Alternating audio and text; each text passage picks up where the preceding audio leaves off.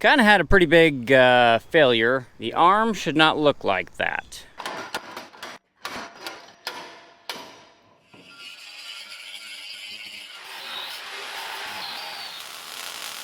Gap here, where those hydraulic hoses sit, is pretty consistent.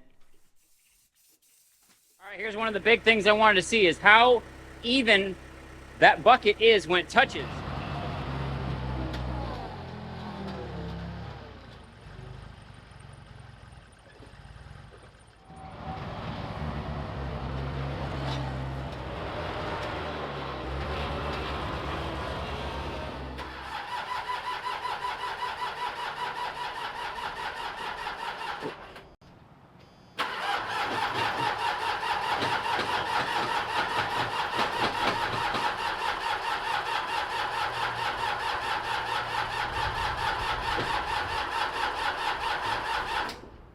All right, so I'm having an issue with this Gehl.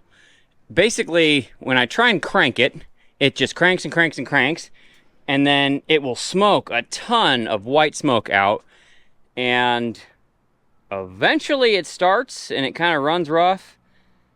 I think it's a fuel issue. I do not know for sure, but I'm not sure if it's the tank is dirty. I'm not sure if there's water in the fuel. I'm not sure if, I don't know for sure yet. So I'll show you what it's doing, and hopefully I can get it started. I want to move it into the other bay and we'll get some work done on it. All right, the key in.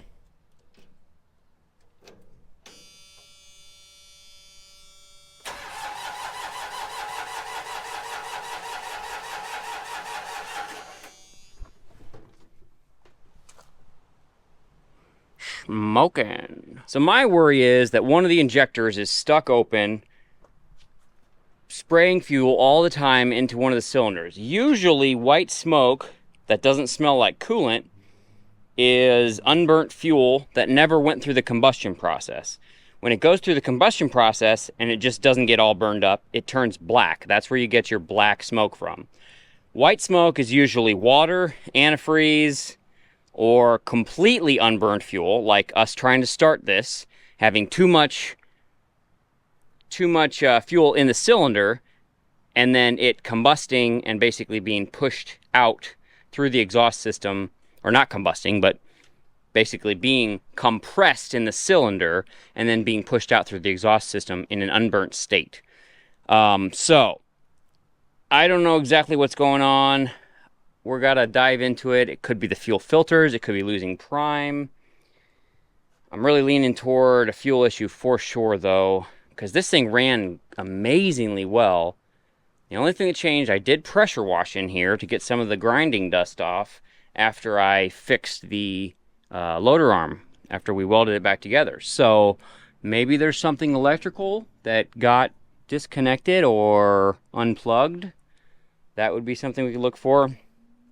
I'm going to stick a jumper pack on this. We're going to get it to spin a little faster, and hopefully we can get it to turn over.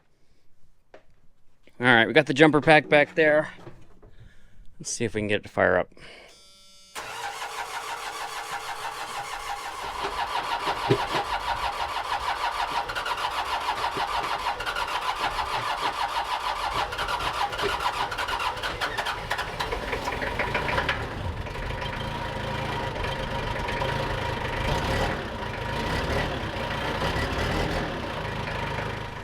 See, once it's running, well, I guess there is still some smoke.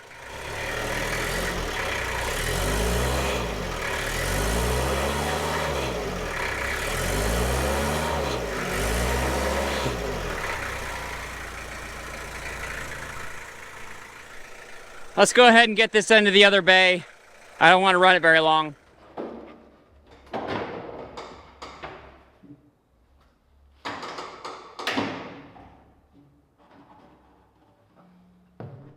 So the filters are, got an oil filter up there, fuel filter here, fuel water separator there, air filters in there, and I don't know if this thing has a transmission filter or not, but the hydraulic filter is right there,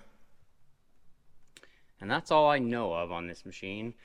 I did pull all 4 of these injectors last week sometime, and they all looked the same. They all had some slight carbon buildup right around the tip. Nothing looked ridiculously bad. So I don't know. I haven't checked anything past that. I am really under the impression that we're either getting bad fuel or there's air getting in the fuel system. The fuel gauge on the machine does not work, so something's happening with the fuel sending unit. So we might dig into that. Hard part is to get into that, you got to remove a whole bunch of hydraulic lines right there in that corner to be able to access it. So maybe it's a wire. And we're going to kind of look around, see if anything came unplugged when I pressure washed it. I'm hoping it would be something simple like that, but may not be the case. It could be. Guess we'll find out. And then at some point, somebody broke off the oil filter mount, the housing, and then they just dangled it here with zip ties. So I either want to take that off and weld something on it to be able to mount it, because I think it was definitely mounted in that corner and then fed down to the engine through that. The engine stays cool and doesn't seem to be losing power, so I don't know. I think that we've definitely got a fuel issue. So let's jump right into it.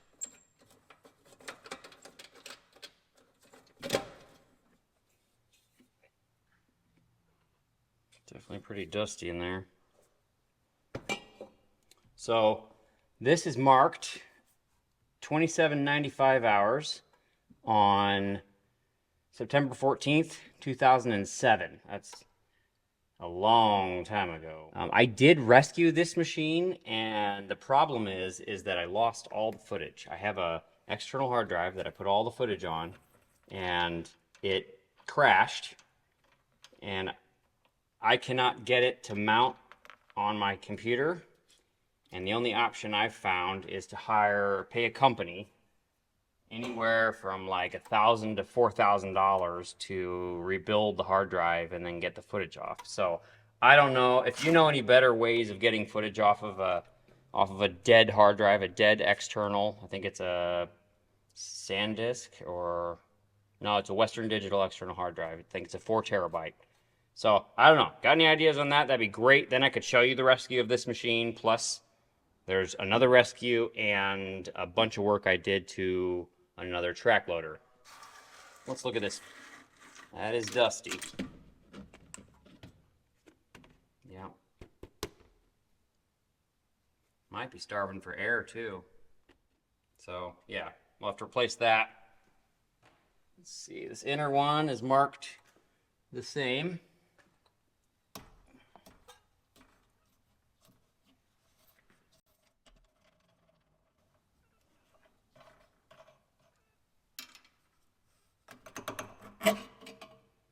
Yeah, that's pretty dirty for an inner filter.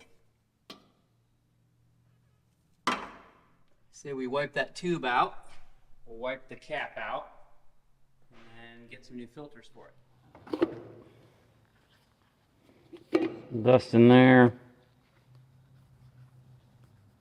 Very dusty.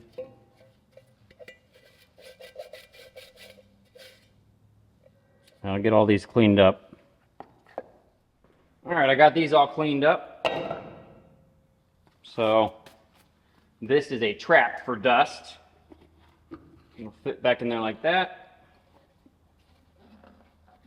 And then this goes there. So that catches all the bigger particles, hopefully, quote unquote, in there. So, old filter, new filter, old filter, new filter. I'd say it needed changed. What do you think? Get those dated. We're going to throw those in. So here's the thought. I think what I want to do is I want to try replacing each potential issue in order, and then try and start the machine and see if that changes anything. So I'm going to replace these air filters. We're going to do nothing else. We're going to start the machine up and see if it smokes, see if it's hard starting, etc. And then we're going to work our way into the fuel system from there. The very last thing I'm going to do is change the oil in the oil filter, because right now I don't believe that's the issue. I need to do that, it needs to get done, but we're also trying to diagnose what's going on here and why all of a sudden it's hard starting and smoking white and starting to smoke black too when it's running. So there's definitely something fuel, but maybe it's choking and not getting enough air. Don't know. So let's try that. All right, I got it nice and clean in there. Here's our new pre-filter, or I guess secondary filter.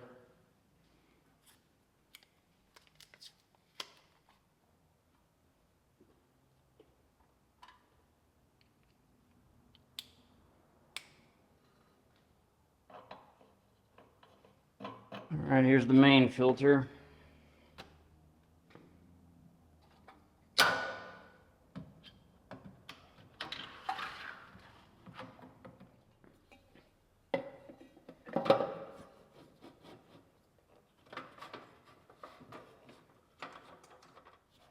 All right, so now let's start it up and see if the filters make any difference with the issue we're dealing with.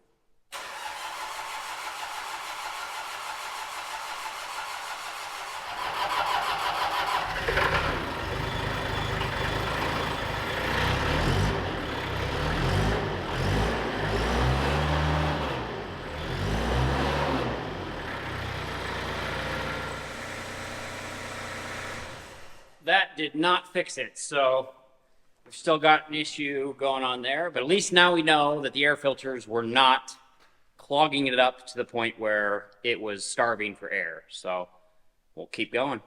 Next up, I want to check the fuel tank. So I've got this Tesla inspection camera, and this particular one has an autofocus feature, which is great. I think it's like 10 or 12 feet. So let's take this and stick it down here.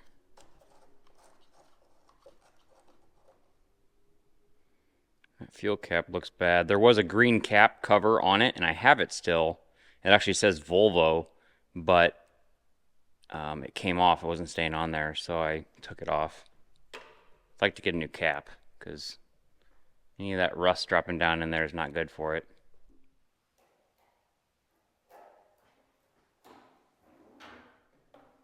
So right there, that's the float, or the fuel sending unit. And there's a tube over there, that's the return line, probably. I mean, honestly, it doesn't look terrible in there. It's a plastic tank, so it's not like it's going to be rusty.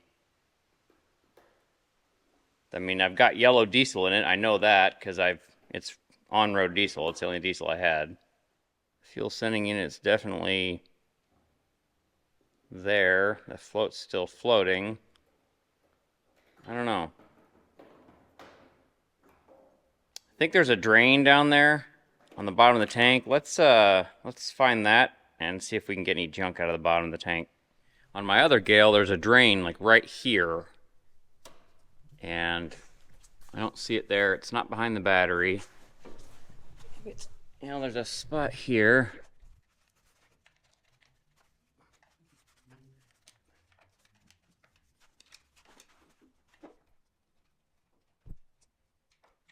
Yeah, there's definitely something here. Looks like there's a, I don't know, piece of fuel line maybe? And then a bolt or something, metal rod, and then a hose clamp around it. It's definitely probably the drain plug for fuel. So I'm gonna clean that out some more and we'll see what we can get it. It is definitely a bolt with a hose clamp around it, plugging the bottom of this tank. So my guess is whatever drain plug hose they had broke, and that's how they did it. Now I don't know how they got the hose clamp tight, because you can't get to the head of it. So I'm going to try to take some needle nose vice grips, get on the back of that screw like that, and try and twist it to loosen that clamp. Otherwise, the only other way to do it is to reach in with something and like a die grinder and gently try and cut that clamp. I don't want to twist on it too hard, because if I break the bottom of the tank, that makes this a bigger deal and a bigger project. And I don't want to do that.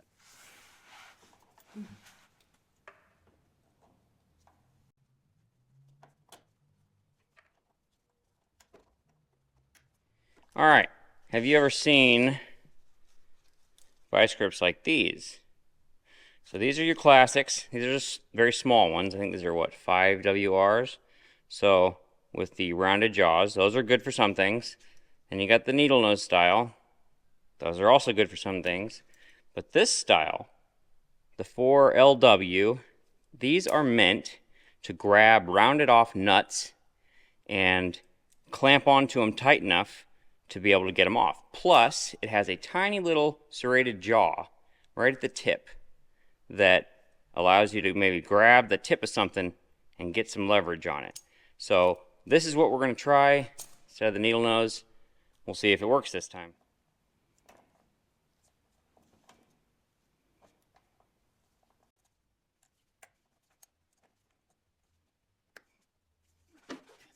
Yeah, I think I'm wasting my time here.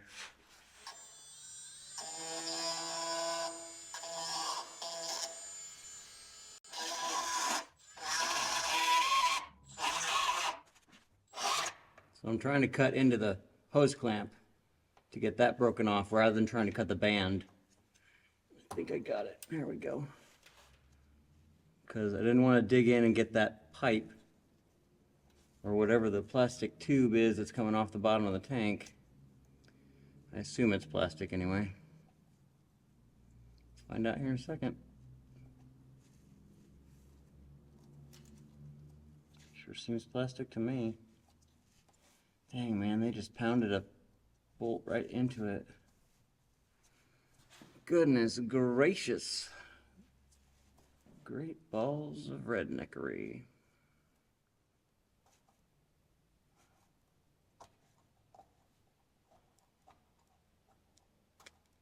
Alright, I might be able to get a socket on that.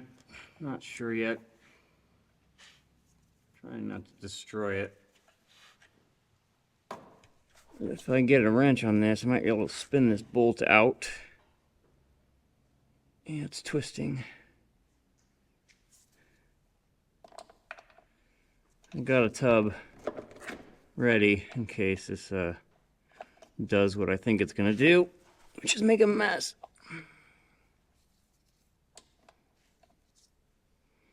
So I don't think this bolt actually technically threads in. I think it's just shoved in. So might need to get some vice grips and pull it out. Although I think it's coming.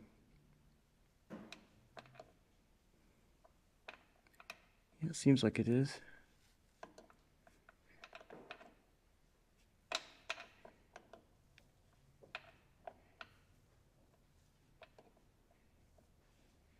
Right, now I'm going to try and get a socket. I see some fuel coming. Let's see what we get.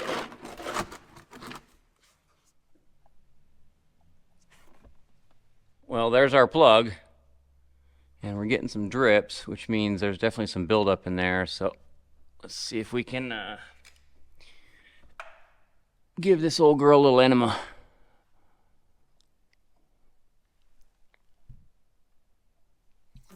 There it is. She was just a little plugged up. We've all been there.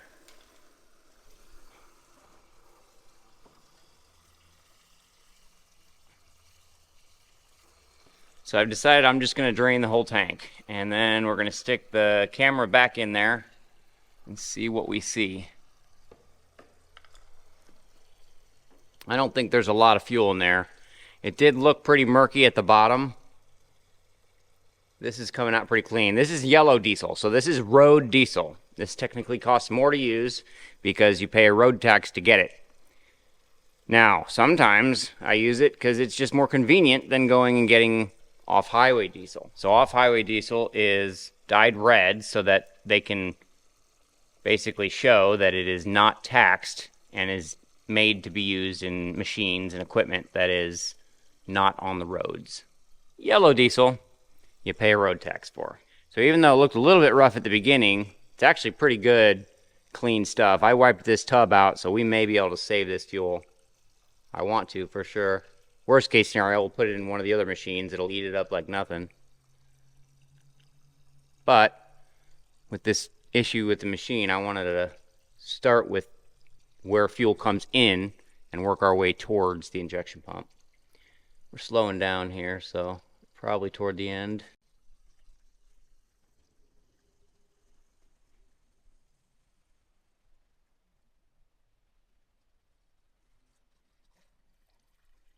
All right, so this is the inspection camera that we just used, and nice thing is it's an autofocus, and that's great for, you know, being able to hit something straight on because it only has the one camera. This is my other test long schlong, and it has 3 cameras. So the nice thing is it's got a camera on the end and a camera on each side. And problem I was having using this one is going down in that fuel tank, you go down in and it kind of cuts forward toward the machine, and I couldn't quite see. So we're going to stick this one in there and try and get a better view. So to change the cameras, you've got this little button here on the wand, and you can use that. The other nice thing about this one here that we might try, I'd like to give it a shot, is it comes with some accessories that you can put on the end of this. You unscrew this cap, and then it's got a hook, so you can see maybe something you need to grab. It has a mirror, which that's what I want to kind of try. I don't think there's a magnet on the end of that. And then this one here, I believe, has a magnet. And so it can reach in, still have some view, and then grab something. Probably not much because it doesn't seem too strong.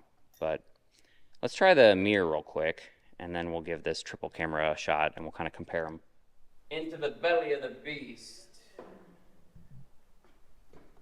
That's not good. I don't like that mirror at all. You can't see anything but the dust on the mirror. It's not in focus at all. Yeah. Let's try the other camera. Take this triple camera down in there. Alright, so if we push this button here, it should change to a different camera. So that's a pickup tube. Maybe there's 2 of them.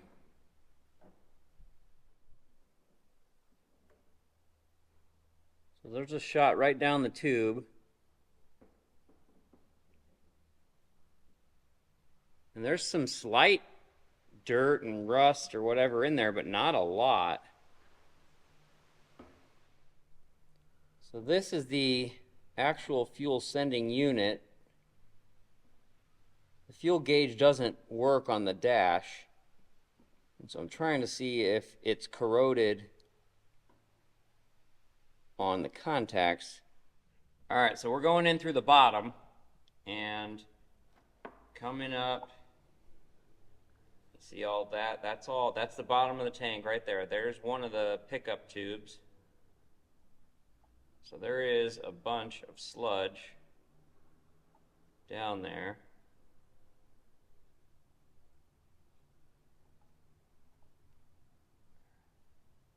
It's not bad.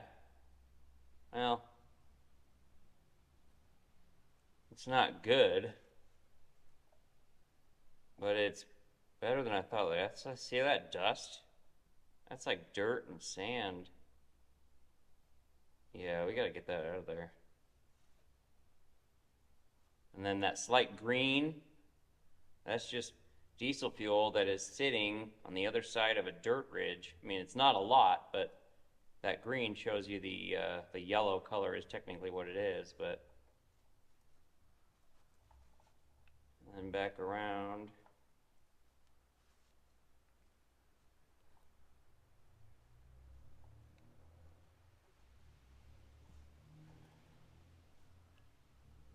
I think that tube is the return line. Well, let's get something in there to flush that out. here is the bottom of the tank. You can see the sludge. There's some sort of a plastic O-ring thing right there. And then I thought this clear tube was maybe another supply. That is the top of a fuel tank, like a gas can. So somebody dropped the nozzle in there, and it's just sitting at the bottom. And I actually think there's another one next to it that's a black one. I can't quite see it, but you can see all that sludge build up. And I'm not sure if this is actually algae, because old things. So right there, that black tube there, that is probably the fuel pickup that goes to the fuel water separator down into that mess. So I definitely have to get this crap cleaned out of there. So I just spent the last 3 hours or so trying to get these 3 things out of that fuel tank. This is an old fuel fill neck for a gas can. My guess is this is a shop vac attachment that somebody was dangling down in there trying to suck garbage out of the tank. And then I have no idea what that is. And this is how I got that thing off. As far as the plug, I just took a die grinder and zipped it right across, and I was able to fold it up enough that the band released. So I tried fishing it out with fish tape. I tried sucking it out with a vacuum hose down in there. I tried going in from the bottom. I tried going in from the top. Finally, what I did was I just filled it with water. The whole tank is all the way full of water. And I used my little Air Dirty Dangler 2000. See, it works really well. And I just kind of aerated it, and made a bit of a mess, but we got it out. Yes! So, we're going to drain the water out and then let it dry, and hopefully the tank will be cleaner, because as we were cleaning it out and trying to suck that out, we sucked a lot of the garbage into the shop vac, and it was all just junk. It was not fuel. All the fuel had already been drained out by then. So I'm pumped. I'm hoping that this clean will actually happen here, and I wasn't really trying to clean it with the water. I was just trying to get that plastic out. The last thing I thought was, hey, maybe we can float it up, because we tried 14 other things and that didn't work. So let's drain some water out of it and go from there. So probably got about 7 or 8 gallons of water in there. We're going to drain as much into this tub, switch over to this tub, and go back and forth. But we'll get it going.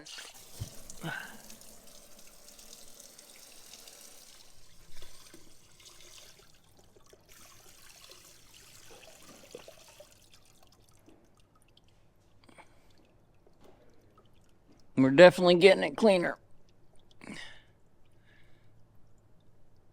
Get all that little sediment out of there.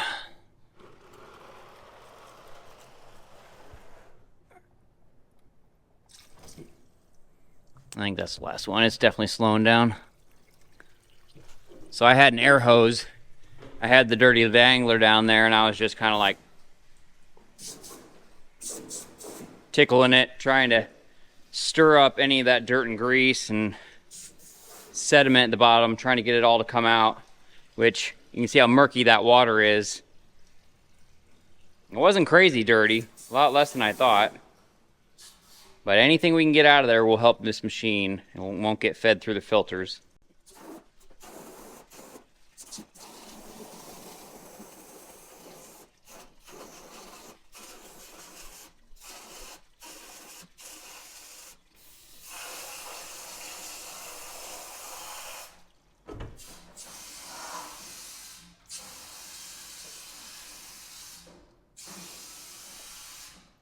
So yeah, see, that bucket came out right before this bucket. This was the last bucket of water.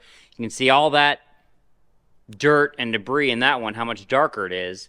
So yeah, that last little bit, that was what I was really worried about. I kept the air going the whole time, trying to really force it through. Now I want to see what it looks like with the camera. All right, now that we got that all cleaned out, let's take another look. So right there, that's basically the bottom of where the fuel sending unit comes in. It's all dry in there. There is a lot of like brown residue. So that is the fuel return. And the fuel pickup is right next to it. There, that black thing's our float. It looks pretty good. I still don't think that the fuel sending unit is going to be accurate on the gauge. See all that brown stuff? Is that algae or diesel, you know, like the bacteria stuff that builds up in diesel tanks? Or is that just dirt? So I can't really get the walls of this any cleaner without taking the tank out. All right, let's get into the fuel filters. I do not want to just try putting fuel in the tank. Even though we cleaned it and we got the junk out of it, I would much rather just go ahead and do the fuel water separator and the fuel filter itself. So we're going to do those, and then that'll be our next stopping point where we will try and start the engine and see what happens and see if it improves. We are going to put a couple of additives in the fuel when we go to start it, but we'll get into that later. So let's get these filters off. First, we're going to try and drain, see if there's any water in the bottom of this water separator.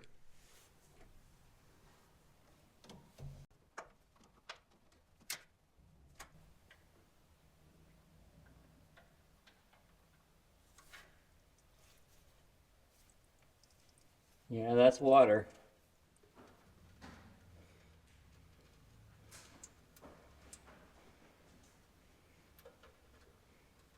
Now we're getting some diesel.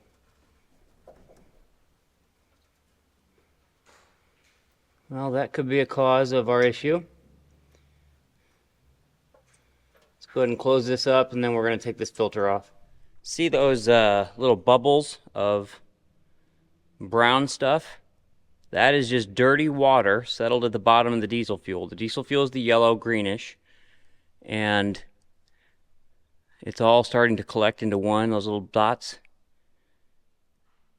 And there was more water before. When I first cracked it open, there was quite a bit more water that I didn't get on in the tray when we first opened it, but I went and grabbed a tray so I could show you. So I'm hoping that we're just dealing with contaminated fuel, and that's gotten into the fuel system, causing our smoking issue. So let's get that filter out.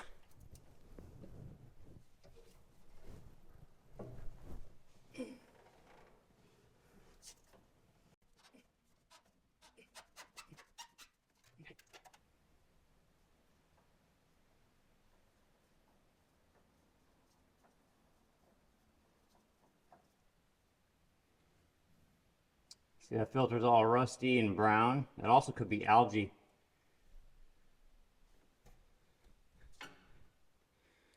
That brown stuff might be algae that started to grow in the system. This machine's set for a long time. Again, 2,795 hours on 9/14 of 2007. So same date as all the other filters.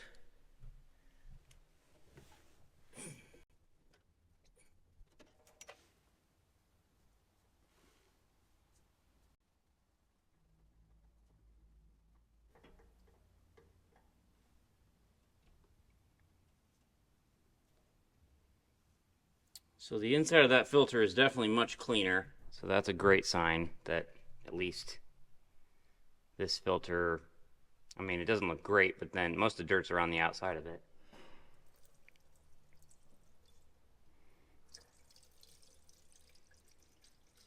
Yeah, that's pretty clean. There is some rust and dirt in there.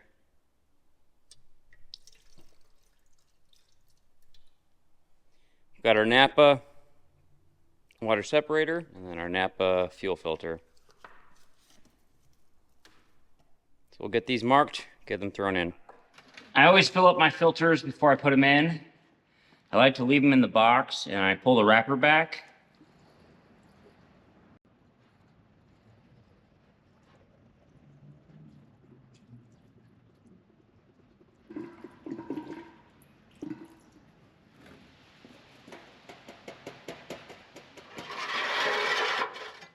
You gotta reach under here and get the old O-ring off. Do not stack two of them, and do not leave it out. Because if you leave this O-ring out, the fuel will technically completely bypass this filter, and the filter will be not doing anything. So with these fuel water separators, they come with a new O-ring. It's just same thing, but usually they're more pliable. The rubber's not as old, so I always replace them. But you don't double stack them, and don't leave it out. And always replace it.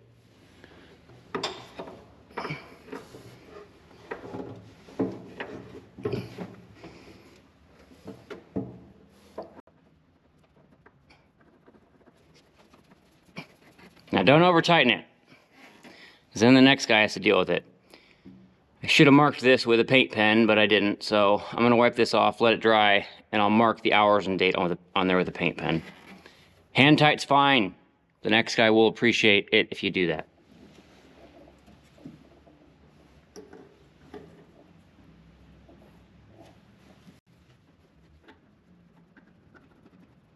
Alright, there we go. New filter installed.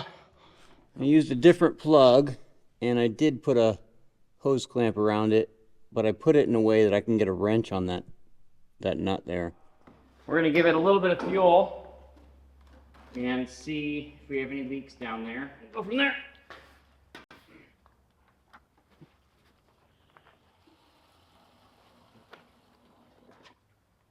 So far so good. I don't see any leaks. Alright, we're going to use a little bit of a concoction of stuff in here. First off, we've got this basically fuel tank cleaner. It removes water and slime and any of that stuff, so we'll put some of that in there. We're going to go ahead and put a biocide in there. What a biocide does is essentially eliminates and kills off any microorganisms that are growing in your fuel. So they say to control the growth of problem microorganisms associated with the fuel. So that is the algae or whatever it's essentially called that I think may be in the tank. So you barely put any of this in. So if you're trying to shock a system, this jug, which means shocking a system essentially it's like killing off everything all at once. This jug will do 320 gallons. If you're maintaining and just putting a little bit in to keep stuff from growing, this jug will do 880 gallons. So I figure we'll just do 1 ounce for every 20 gallons. I'll probably just throw an ounce in there, maybe 2 ounces. And then we're going to use this deep clean and run that through the system to try and clean out the injectors or anything else that's dirty and, you know, needs to clean it up. So we'll go with these three and then we'll see how it goes. I'm going to start with just a 5-gallon jug of fuel, let that all get mixed up, run through it, and we'll work on starting up the engine after we get this in there.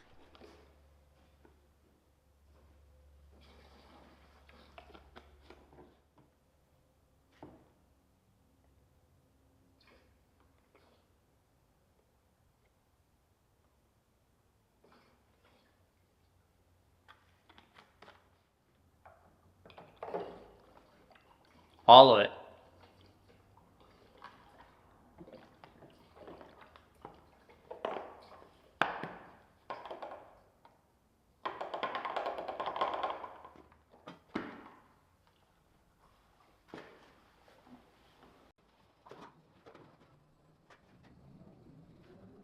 Okay, now it's time to bleed the fuel system. Since we replaced the filters, we completely ran the tank dry. So the lines that come out of the tank come into this fuel water separator. I have hooked up a inline clicky-clack fuel pump, and that runs from there on into the other filter. So I've got the bleed valve on this filter open. I have the bleed valve on this filter open, and I cracked each and every one of the injectors just right there at the top. So we're going to run the clicky-clack enough to get fuel all the way up through the filters to the injectors, and then we're going to take it out and let it run with the pump that it has itself. So let's get that done. We've got my brother down there. He's just going to connect the battery here in a second.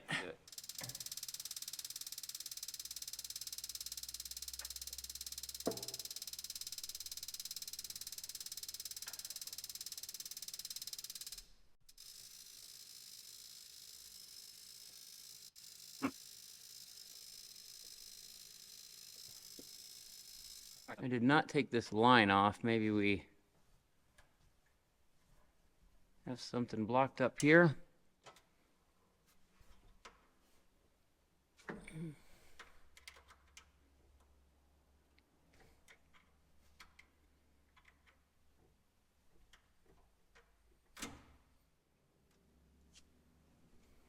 I know I really shouldn't do this, but I'm going to do it anyway.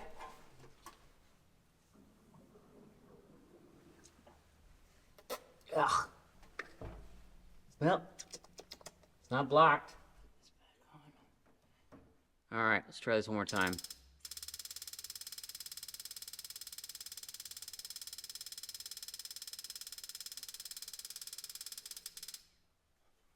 I'm not getting anything out of this bleed screw, but the other one over there on the other side, I can hear fuel going back to the tank too. We've got air coming out of right here. All right here. Straight fuel coming out of that. Now let's see if we can get it up to the injectors here. I guess the pump probably has a bleed screw down there somewhere too. All right, we're just gonna go ahead and try it.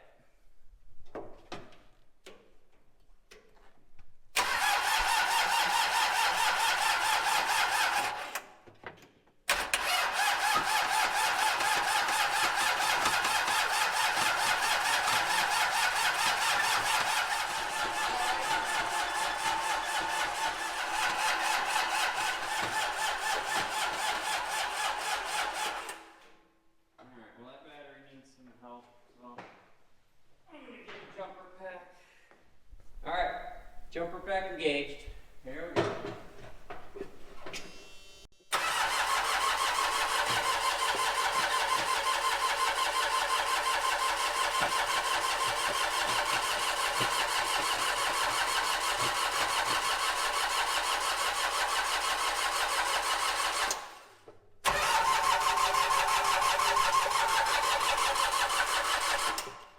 All right, we got fuel at all of them.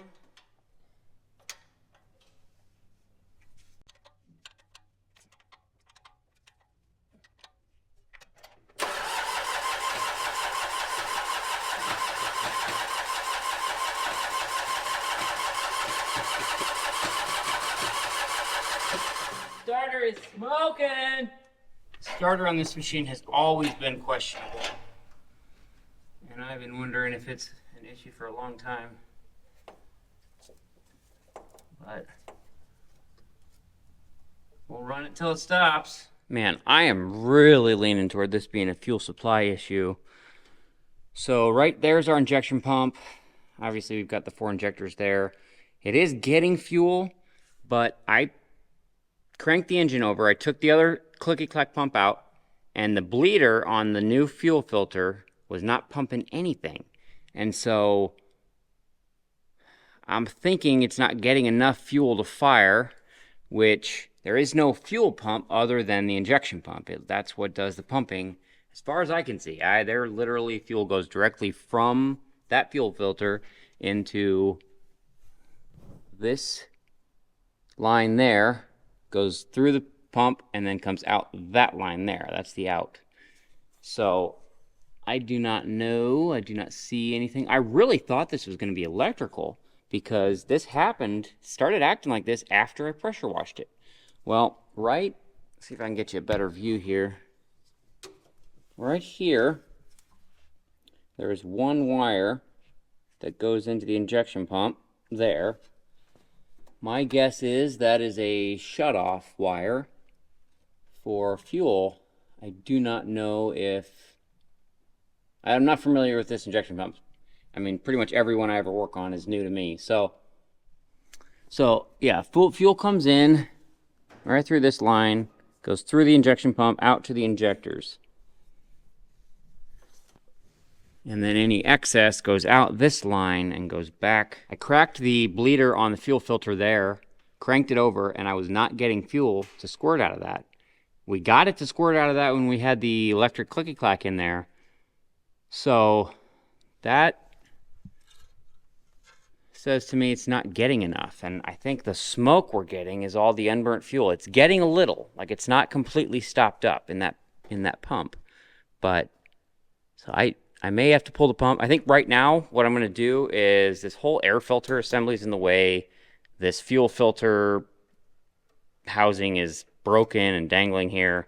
I'm going to take off this bracket. It's 1, 2, 3, 4 bolts, and this will come out, and that'll give us all the room we need, because the other option or potential is lack of compression, meaning the rings. So to do a compression test, we need to get more access there. I don't think it's that. It really, really does not look like that, because this thing was running beautifully, and I do not believe it just all of a sudden lost all compression. It kind of leads me to believe maybe the fuel shutoff in that injection pump is an issue. I don't know. Let's dig into it.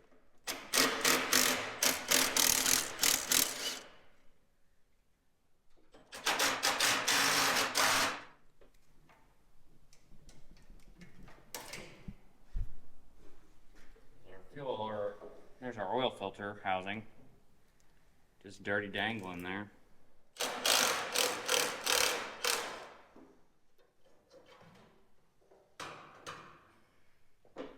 So I like to put nuts and bolts back on things. Just get them started so I can know where they go later when I get back to putting this back together. That battery definitely needs some work, so we're going to throw it on the Pro Logic. This is made by the same company that makes these jumper packs. This thing is awesome. It can do 12 or 24 volts. It can charge, it can boost, and then it has a 250 amp starter. So it allows you to help jump start vehicles. So we want to be on 12 volt, standard battery. It's not an AGM. We're going to go ahead and charge it at 40 amps, and we could go up to 60 amps, but I really don't care. Right now it's got 12.7. We're still going to give it a charge. We'll see how long that lasts, but this really nice roll around unit. I do know that the alternator in this thing does charge that battery. I haven't had to charge that battery once until this situation where we've been cranking on it. So I've been talking to the guys at Area Diesel Service, and they think it has to do with timing. And I did not understand how in the world it could be timing, because none of the timing was messed with, until they said that the injection pump is similar to a VE pump, like a Bosch VE pump on Cummins diesels, where it has a variable fuel output based on the RPM. And so because the engine speed can change how much fuel is getting sent to the injectors and when, that system, that part of the injection pump, could be stuck giving too much fuel or not enough, or just being completely random. So that actually does make sense. So I think the plan is we're going to pull the injection pump. Now, I've never worked on this engine before, and most engines there's a way to time the engine so you can get it to top dead center. There's either marks on a pulley, there's an inspection plate, there's something on the pump. There's nothing on this engine at all that I can find. And in talking to them, they said that the shaft that goes from the injection pump here into the timing case, or the timing that meshes in with all the timing gears, the shaft is keyed, and it's only keyed on one side, so it cannot be put in wrong. It can't be put in 180 out. It can't be put in at any random point. It can only be put in one single point. So I don't think I need to put the engine at top dead center, which goes against everything that I am used to on any engine when you're pulling a distributor or timing a gasoline engine or pulling an injection pump, especially on a diesel. So I think what I'm going to do, we're going to pull the valve cover off. We're going to try and get it as close to top dead center on the number one cylinder, where we've got the piston all the way at the top, on the compression stroke, and then we're just going to pull the pump. It literally, to get the pump off, got to take this cable off. There's two lines, one feed line, one return line. Pull this bracket for the throttle cable, a couple bolts down there, 4 injection lines, and right down here there's two 12mm nuts holding the injection pump into the housing. So I probably don't need to go this far as like, you know, truly timing it, but it would make me feel better. The only other way that I know of to time the engine would be take off the radiator, take off the hydraulic oil cooler, pull the fan, pull the timing cover, and right under this cover here there are all the gears that come from the crank, the cam, and the gear that's basically running for the injection pump. And there might be another one in there, I don't know, but I don't really want to do that. That's kind of why I've been hesitating on this. And so I contacted the guys at Area Diesel Service again, and they're pretty much like, nothing we have says you have to put it at top dead center. Because that shaft is keyed, it should not matter. So we're going to go that route.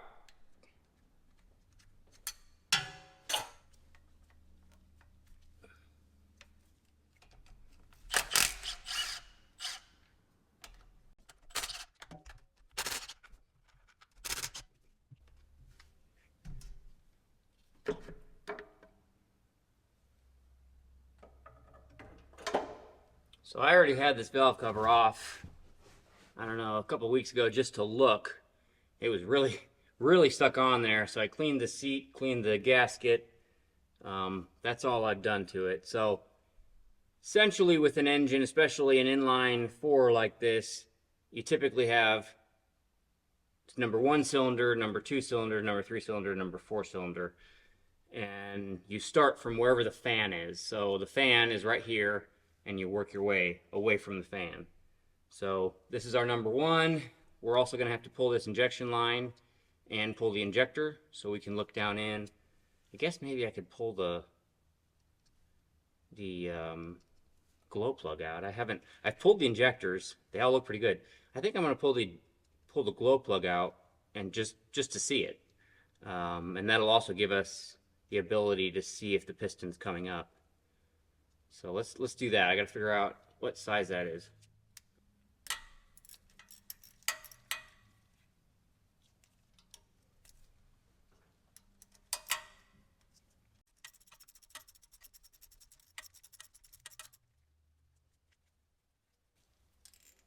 So there's our wire. That gives 12 volts to that glow plug when you are turning the glow plugs on with the key.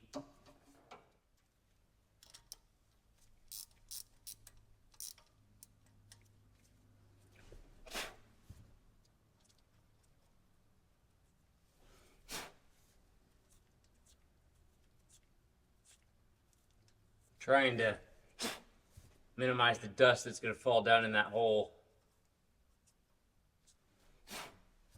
Alright, so here's our glow plug.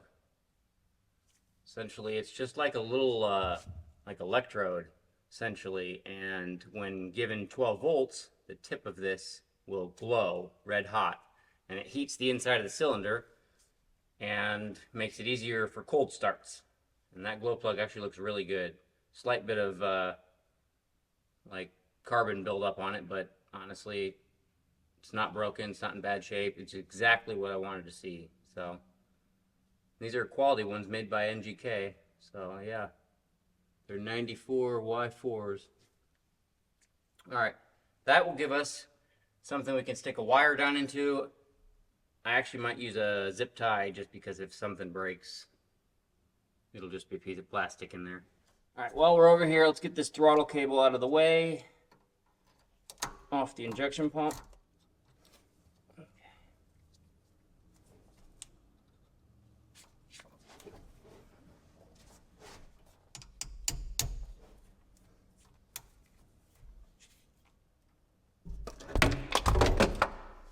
Man down.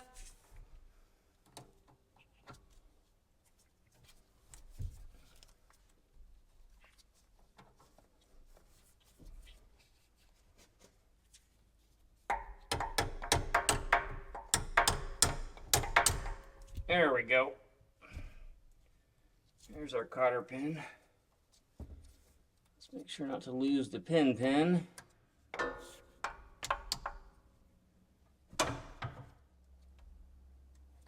Okay.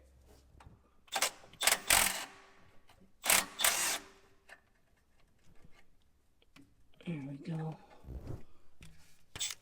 2 bolts holding this bracket. And the only reason I'm taking it off, so I can get the injector lines off the pump easier.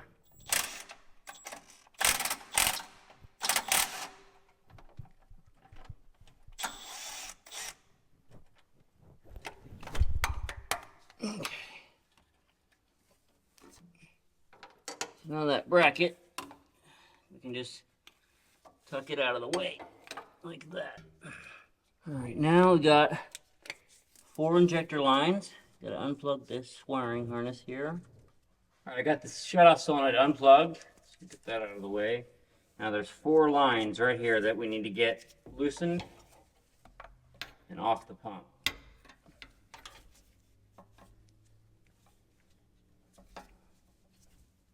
Sometimes if you slightly tighten it and then loosen it, they come off easier. But you got to be careful doing that. I always start trying to get it off the regular way, but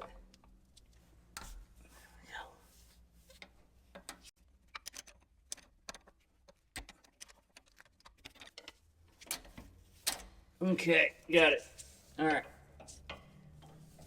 Got to remove this bolt here, or this banjo bolt, and this one here, and the pump should be ready to move. I'll get that done, and then we'll try and get this thing top dead center, and we'll pull it out. All right, we're going to mark each of the injectors, injector lines, and the inputs on the pump with a different color zip tie. I've got 4 colors.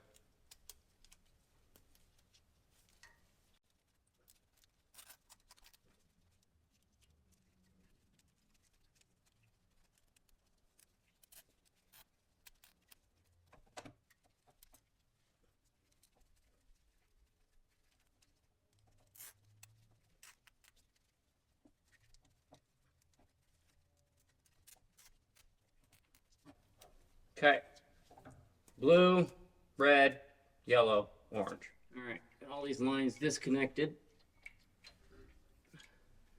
Looks like we got a zip tie here.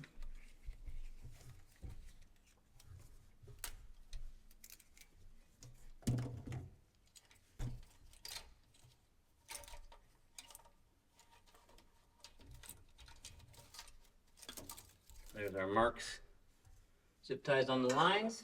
Let's get these return and supply lines out, or at least disconnected.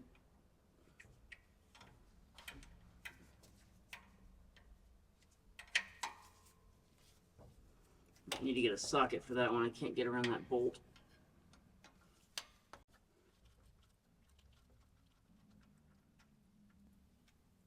About all banjo bolts typically have a copper washer on the top and bottom of them. Got both of those. All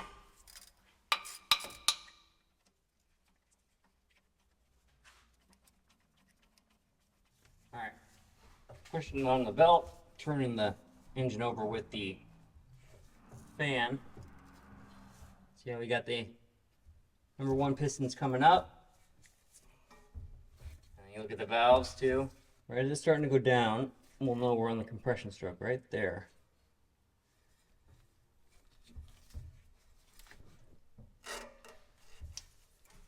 This glow plug hole is not really giving me the response, the feedback I need, so we're going to pull this injector out.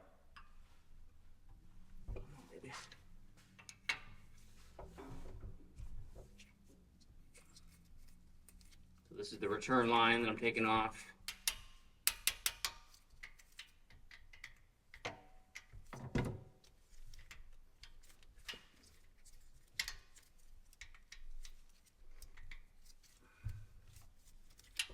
Come on, baby. There we go. Figure out what socket that is and we'll pull that out. Gotcha.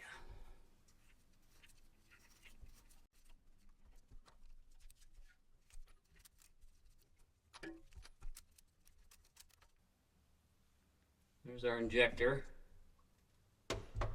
Just a slight bit of carbon on the tip there.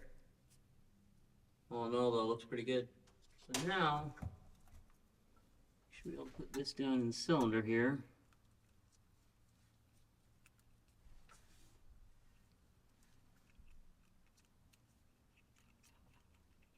We were right there. I think we're already there. We were literally right at the top, and we're right between where it goes from one to the other. So we are at top dead center, or as close as I'm going to get it. All right, now we're going to get this injection pump out of the way. Well, more like we're going to get it out. This back one is a little bit of a bear. It's probably a lot easier maybe with the intake manifold off, but I am not taking that off. I'm like switching between two wrenches because they're slightly offset different. I think I got it. Just gonna not drop it. There we go. There's the other one. Now the pump should just slide out. Am I hitting something here? What am I hitting? You kidding me? I gotta take that plate off. Alright, I gotta take off. Is that an engine mount? You kidding? Sure looks like an engine mount. So, on this Gehl, to get the injection pump off, I move it around. You know, I've got it loose, but it keeps hitting something. And so, right down here, right in that area, there is a cover. Here's the cover right here. I took it off. And I've got the inspection camera down there. Let's see if I can show this to you. There. That's where our cover's at, or goes. And you see there's a nut on the end of the injection pump. And that nut is keeping it from coming out. Now, one thing I do see is that it is keyed just like we thought, and the only problem is when I move this around,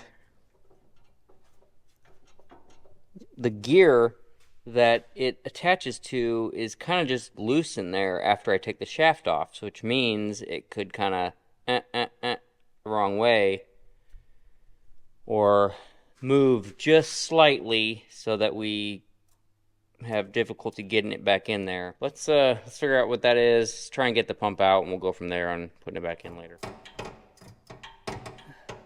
Okay, got it. All right, if all my calculations are correct, this should slide straight out now.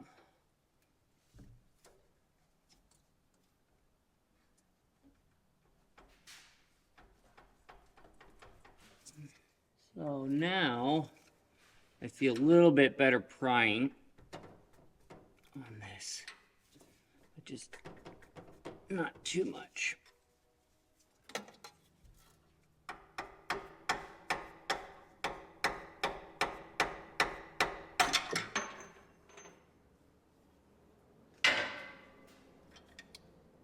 There we go. Something fell. Have to find out what that is, but the pump is free. Come on. There we go. All right.